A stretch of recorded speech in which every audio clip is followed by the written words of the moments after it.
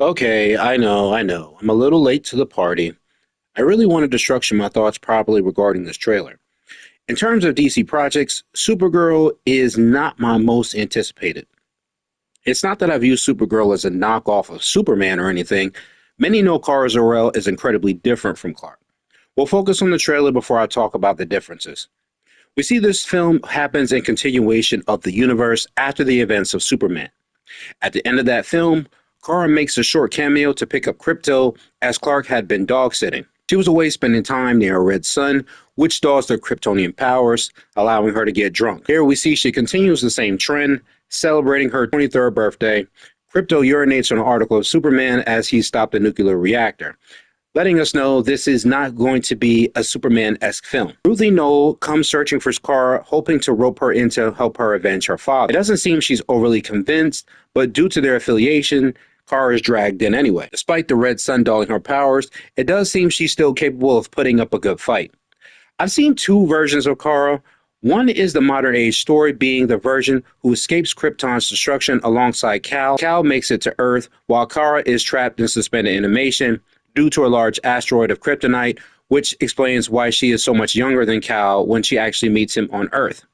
Now, in the Silver Age, which I see is adapted in this movie, she's lived on a portion of Krypton due to her father Zor-El protecting a portion of the planet, which is actually Argo City. We see a short clip of this as a beam travels in the air, likely the dome Zor-El creates around protecting Argo City. We hear Ruthie ask, what was it like losing everything in a day? Kara tells her it didn't happen in a day. In the Silver Age, Argo City doesn't remain a haven for long because most of the part of the planet has kryptonite, which causes many of the inhabitants to develop cancer. It makes sense for Kara's feelings here in this trailer. Those minor minutes we meet Kara in Superman, we see her as an immature. By the way she's drinking, we can clearly see she's somewhat grieving. Everyone grieves in their own way. Some people are able to really get through it by prayer or other methods. However, some people will take really negative methods. You see, Clark doesn't remember Krypton. Being sent to Earth as a baby, the planet is all he's ever known as home. This creates a major difference between Clark, as he can't necessarily feel what Kara feels. You see, Clark has always spent his life on Earth. He's grown up with humans, human parents, human school systems. He's really adapted Earth as his home. Even though he has knowledge of Krypton, he has the Fortress of Solitude, the message from his parents, even the androids and cyborg robots that he has there watching over the fortress. He knows Earth is his home. He knows Krypton exists, but to him, it's just a foreign concept. You see, to Kara, it's a little bit different. She's actually lived on Krypton. She's actually been around her parents, been around the society, the structure of it. You know, she has parents that she remembers, while also watching them die is not just something you just get by. It also probably puts the two of them at odds, as Clark doesn't necessarily feel what Kara feels about Krypton. And we can see that this is something that's actually mirrored at the very end of the trailer, and we'll talk about that at the very end of it. This also piques my interest for Superman Man of Tomorrow, because as we know, Brainiac will be the antagonist of that story. My understanding of Brainiac is usually skewed by two different stories. As I understand, he's somewhat responsible for the destruction of Krypton, given the fact that he's used as the planet's AI system. Turns out he betrays the planet and also takes a portion of it as part of his character is something that he does. He often destroys civilizations, but takes a single city or multiple cities for further study. This is what puts Superman at incredible odds with him.